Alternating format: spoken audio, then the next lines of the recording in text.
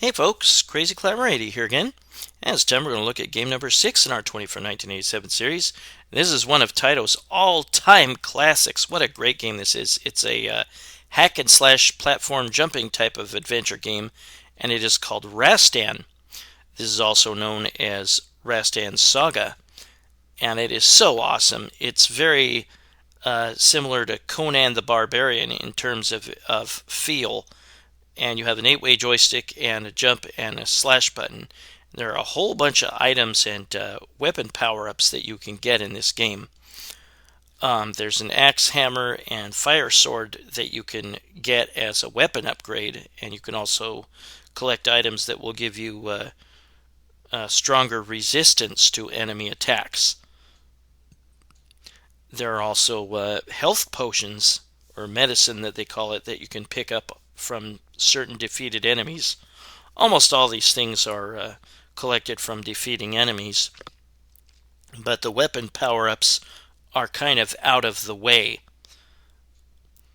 and might require you to slash them, or Rastan actually has an up thrust he can do, jumping and pushing up while attacking, and he can also do a down thrust by pressing down when he's either falling or when you're coming down from a jump. It's very useful to know that, because sometimes you will land on an enemy, and it's a good idea to have your weapon thrusting down so you stab them before you can land on them and take damage. And it shows what all the items and weapons do in the attract mode as well. Yeah, there are items that just give you extra points, like the jewels. Just about all the weapons, or all the items and weapons, give you points. The attract mode has a question mark for what the rod does. The rod will give you longer lifespan for your defensive items. Yeah, your defensive items do not last forever, and neither do your weapon upgrades, unfortunately. But the best one, in my opinion, is the fire sword. It's certainly stronger than your basic sword that you start with, and it shoots fire at the enemies. And see, the computer is using the jump thrust in the attract mode to collect that weapon power-up, which is an axe. The weapons that you can get powered up to are the axe. There's one called the hammer, which is like a ball and chain. And then there's the fire sword. The fire sword is awesome. It'll shoot fire from the tip, and you can take enemies out from afar. Most of the enemies will go down with one swing. Or maybe not if you have the default sword. When you're climbing up a rope or a vine, I don't know why the computer just stood there and got killed, you can press jump and you might be able to scale it quicker. And let's get started. I loved this game when it came out. I remember seeing it at my local 7-Eleven. And the music in this game is among Taito's strongest. It perfectly captures the grim, dark feel of Conan the Barbarian type of trappings. And that's obviously what this is based on. Rastan has a life meter, and you'll see that there's like a heart, and then there's a yellow meter next to it. Each enemy attack can take a pretty decent chunk off your life meter, so try to avoid getting touched or shot by the enemy. Those boulders can really hurt too, so definitely watch out for those. Yeah, this fire sword is so awesome. I wish you could keep it for the rest of your game. Unfortunately, it doesn't last super long. I mean, you don't even have to die for it to run out. Each stage has 2 sections to it, and there are 6 stages or rounds.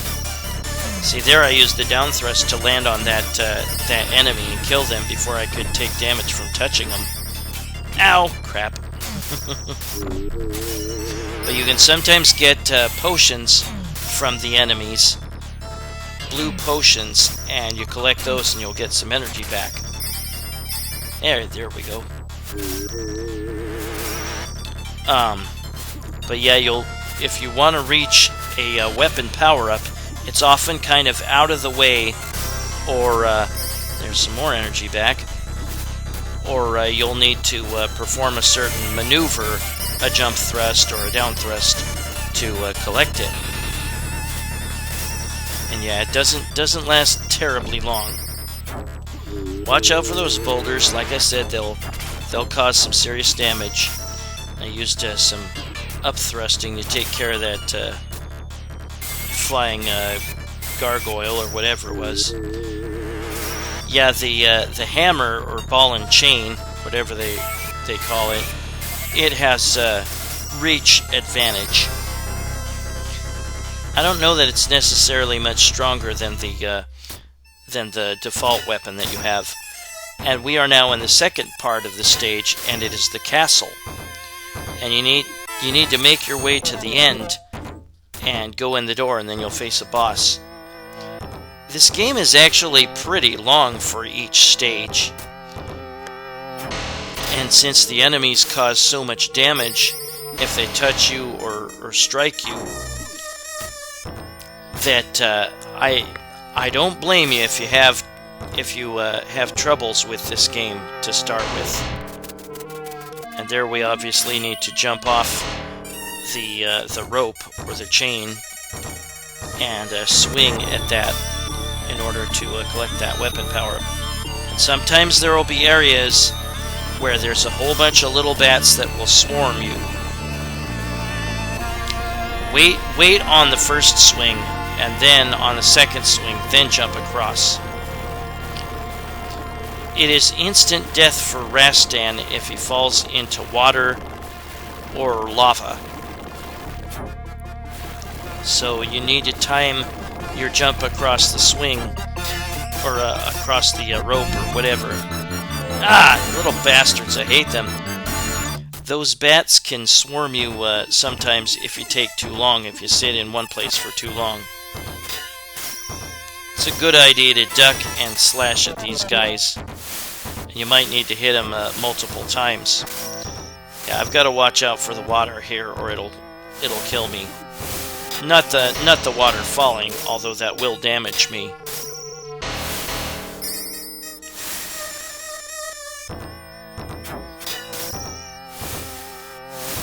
Oh, that was not good timing. But in the castle area, you need to make your way to the door, and when you go inside, you will face a boss. But it's a long trek to that door. There will be various traps inside the castle. There will be like spikes that stick out from the floor, or spikes that drop down from the ceiling. These spikes will kill Rastan immediately, so be very careful around them. Yeah, when you're climbing up a rope, you can repeatedly press jump and you might be able to scale it quicker. And here's the first boss. If you have the ring like I do, the ring item, you can swing much faster, and that is super useful against the bosses. Even with my wussy little sword that was my default sword that I went back to, I was able to kill that boss pretty quickly with a whole bunch of strikes, rapid fire strikes. And note that we will have new enemies this time around on the forest stage, round 2. It's kind of funny the way that some of the enemies jump up the stairs. And even a super long incline enemies will be able to get up. The snakes look especially silly when they vault up the incline.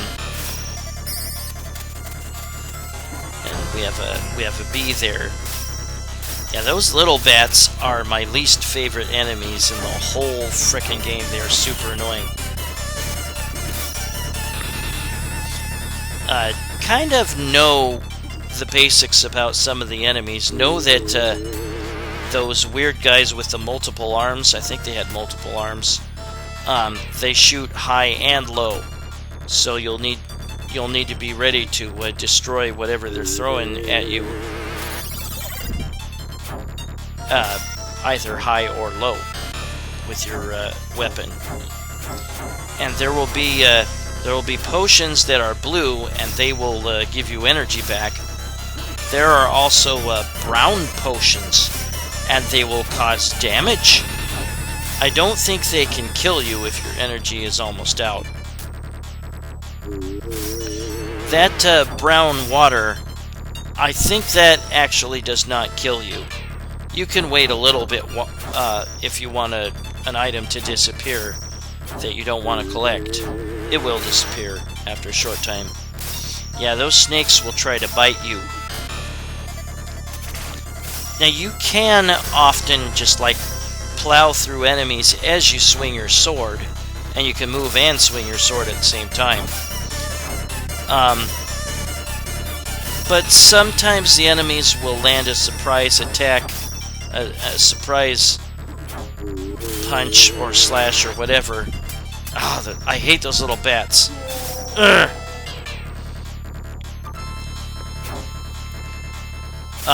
So I often like to duck in front of an enemy and slash them. Now, that was the rod that I just picked up. That was the one that the attract mode had a question mark, saying like they don't know what it does. But it gives your defensive items longer life. And yeah, your defensive items do not last forever, much like your weapon power-ups. The shield will reduce damage from enemy attacks. The mantle will reduce enemy damage by 1/2. The armature will reduce all damage from the enemies.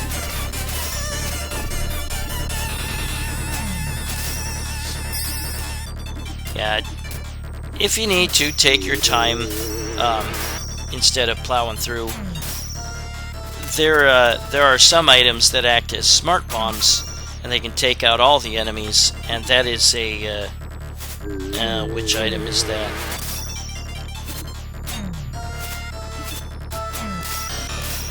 I can't remember. But there is a smart bomb enemy that'll kill all enemies when you collect it. But yeah, you need to take your time when crossing like these stone blocks that rise out of the poisoned water. And if you collect that item, you have to go back the other way and take the stone steps again. Just be patient in this game, but don't take too long in one area because of those stupid little bats that will try to swarm you. If you see a particular colored block, oh yeah, you gotta watch out for the piranha jumping out of the lake. I really didn't need to jump there. This soundtrack is so darn awesome in this game. I love it.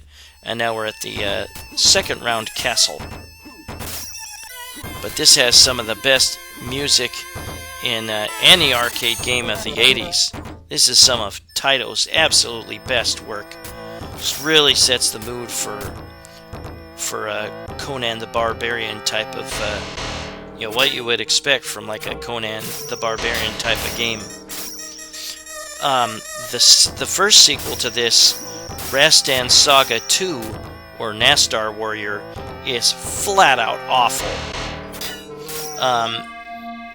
The next sequel, I forget what it was called, but it was Rastan 3. Warrior Blade, Rastan Saga, Episode 3. It's better, but it's still not as good as this game. Yeah, this is just some of Taito's best music ever. I just love this soundtrack. I wish there was like a little more gore or something in this game, but no, well, we'll have to accept some enemies just splashing with blood a little bit. Don't jump again here, or you'll fall into that lava. You'll have to jump when you have another rope across the way. There will be some sliding declines and you'll have forward motion as you go down, and you'll need to jump over the bottom usually because there'll be like a pit or flames or something.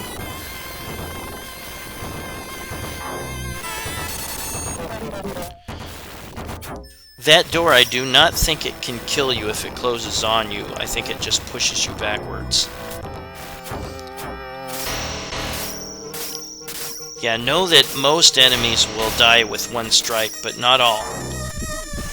I love the heartbeat sound that plays when you're really low on energy. Yeah, there is a halfway point on each stage, in each round. I mean, for each half. And if you die before you get to that halfway point, you gotta start all the way over. Same thing with the castle part. Yeah, I remember first seeing this at 7-Eleven, and I was just like, holy crap, this game's awesome, even though I was terrible at it. Yeah, if you struggle with this game, I don't blame you. I mean, it's kind of tough. You just have to get used to certain nuances. The enemies in this castle area, these knights with like half armor or whatever that is. Yeah, get the sheep's head. That will restore all your energy. Those green knights, and here's the second boss. Just duck and slash when you can. Avoid those 3 fireballs and give enough room so that the boss doesn't jump on you. Then they will grow wings and try to fly at you. Again, don't let them touch you. That's as bad just about as being slashed by their sword. But what I was trying to say was those green knights with like half armor or whatever, they seem to have weird behavior, or they'll disappear if you like move a little bit, or they'll be moving in a certain direction and then you go back to where they were and they've disappeared completely. I think I've seen them like climb a rope that wasn't there. It's just weird. Here's another decline. You have to often, when you're playing in the first half of a round, you have to often watch for boulders that will drop. You'll have to jump over them as you're sliding downwards, or one will roll down after you. Yeah, don't forget that you have that down thrust, and you'll often need to jump onto an enemy, and you'll use the down thrust to save yourself from getting hit by them.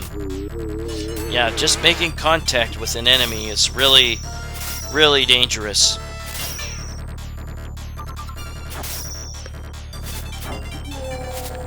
Yeah, crap. You get an extra life at 100,000 points, 200,000 points, 400,000 points, and 600,000 points. After that, I don't know. But yeah, you have to really score to be able to get extra lives. There's no one-up icon or anything.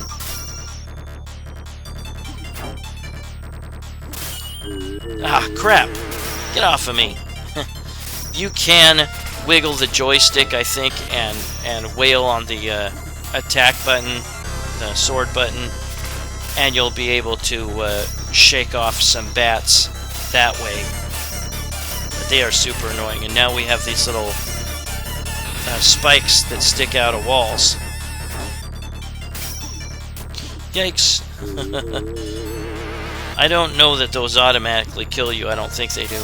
If you have a high jump you have to make, like a high step that you need to get up to, you can hold up and towards, whoops, damn it, you can hold up and towards that step to do a high jump. You can do that anytime you need to make a high jump somewhere, like maybe across a pit to a swinging vine. Well, that's my game. You can continue from, I think, from the halfway point if you got there, or from the very beginning of the stage that you lost your last life on. And creepy pile of skulls on fire. We'll just look at snippets of the rest of the game, and these skeleton creatures can try to duck under your swings. I put on Invincibility at this point, just so I could try to beat the game faster. There are 6 rounds, and again, each round is cut in half. There is an adventure to the castle, and then there's the castle itself.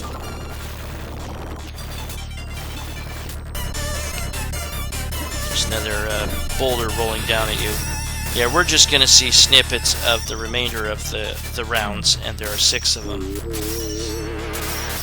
Now we have these stalagmites poking up from the ground. I didn't get that power up. Nah, I think the flaming sword is the best weapon power up.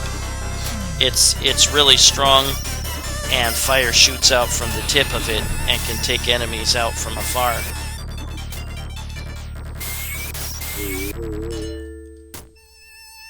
The enemy that breathes fire, it will often shoot like 3 at a time. So just kind of learn the timing. There will be these wall statues that breathe fire on you on occasion, and you'll need to learn timing on how to get past those. Sometimes the screen will not have scrolled vertically high enough, and you might not be able to see a rope that is swinging. So if you see an area that looks impassable, there's probably a rope just out of view. And here's the next boss. And they will teleport away, and they will shoot a number of fireballs that you have to know how to avoid. You can swing your weapon, I think, and knock away their fireballs. Yeah, I would have liked this game more if there was like some serious carnage, like slicing enemies in half and gory entrails and maybe beheading the enemies. Just kind of in the Conan the Barbarian type of gory universe.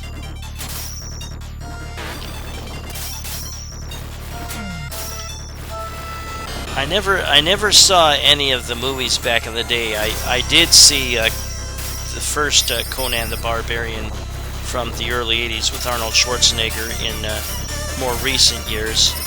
Not too bad. I haven't seen the sequel, Conan the Destroyer. It looks kind of stupid. But I would like to see more barbarian, gory movies. You know, plenty of beheadings, just killing monsters, stuff like that. But yeah, again, sometimes the screen will not scroll vertically enough, and you might see an area that looks impassable, but there's probably a rope to grab just out of viewpoint. If you see like a colored block that looks like you might be able to break it with your sword, then there's probably going to be a weapon power-up shortly afterwards. Some of these enemies are recycled and they have different colors. They're a little bit stronger. They might be more likely to drop a weapon. Sometimes you can get an advantage on the enemies by not climbing up the rope all the way and just being able to swing at their feet. We're just looking at snippets of the rest of the stages in this game. I put on Invincibility after I did my initial playthrough. Yeah, remember those ceiling spikes will kill you with one hit, so watch out. And here's the round 4 boss. One of the cheats I put in, and if you have the fire sword here, I think you can easily beat the boss. Just crouch in the far left corner there and just keep shooting shooting fireballs from the tip of your sword at the boss, and you'll eventually kill them. But yeah, the fire sword just does not last long enough in this game. Well, none of the weapon power-ups last long enough. There's an item that will make the effect of the defensive item that you picked up last longer, but not any offensive weapons. No item to make them last longer.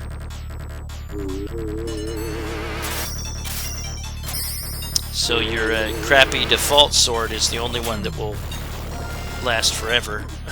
I mean, until you pick up a weapon power-up. I don't know why there was a little alcove back to the far left. I don't know what purpose that served. This will not kill you, this water here, but it will make it almost impossible to jump out of. You have to wail on the jump button and press up and forward and jump to jump out. It just doesn't seem to want to work. And damn it, come on. Looks like you were drowning in carbonated soda. Yeah, if you are on a sliding decline, you will often end up falling in a pit if you slide all the way down or into lava or something. Whoa! Well, thank God I have invincibility on. My timing wasn't very good, I guess. Yeah, you can jump further by pressing like up and jump, or up and towards and jump. And sometimes you will need to make that kind of jump to jump higher. If you have a strong weapon, you can easily take out this boss. Super, super easy. Easiest boss there is. Or if you have a fast swing upgrade by picking up the ring item. That is super useful, the ring. Being able to swing super fast, oh, that can make the difference between life or death against a boss. Yeah, we have these wall flames in the first half of a round instead of just in the castle. Yeah, there's that rod again, and again, the attract mode doesn't seem to know what the rod does. The rod gives longer lifespan for all defensive items. Yeah, often on a decline, on a sliding decline, there will be boulders following you or dropping down on you. We're just seeing snippets of the remaining rounds, and then I'll end the game. Yeah, there will be an end to the game. It won't restart. Yeah, I'd like to see somebody kind of reboot Rastan, but make it all kinds of gory and hopefully retain the music or have a new soundtrack that's just as awesome.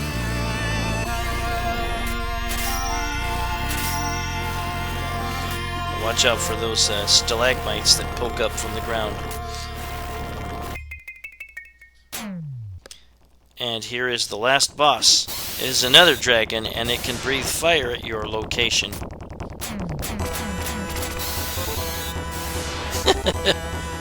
Yeah, if only you could keep that flame sword throughout the game, because it is so strong, and being able to hit enemies from afar with flame from your sword is pretty nice. Well, here is the ending to Rastan. He walks very mechanically. That is Rastan. It is also known as Rastan Saga. And it is the first game in the Rastan series, followed by Rastan Saga 2, which is horrible, also known as Nastar Warrior, and Warrior Blade Rastan Saga Episode 3, which was okay. It's more like Golden Axe than your first game's gameplay. And Rastan actually made an appearance as a playable character in the game Champion Wrestler, so maybe look for that. This had an excellent Sega Master System release. I used to have the crappy Rastan Saga 2 for the Sega Genesis. Pretty awful. Even in the arcade, it was terrible. Well, that was Rastan, created by Taito in 1987. Definitely one of their great titles of the 80s. Just fantastic soundtrack. That's what impressed me most about this game. Now I'm going to put in my initials, and if you beat all the stages, it'll say all for the round. There it says no hit at the bottom because I put on Invincibility. Well, that was Rastan, created by Taito in 1987. That was game number 6 in our 20 from 1987 series. Well, I thank you for watching. I hope you join me soon for game number 5. Y'all have a good one, everybody. I'll see you later. Bye-bye.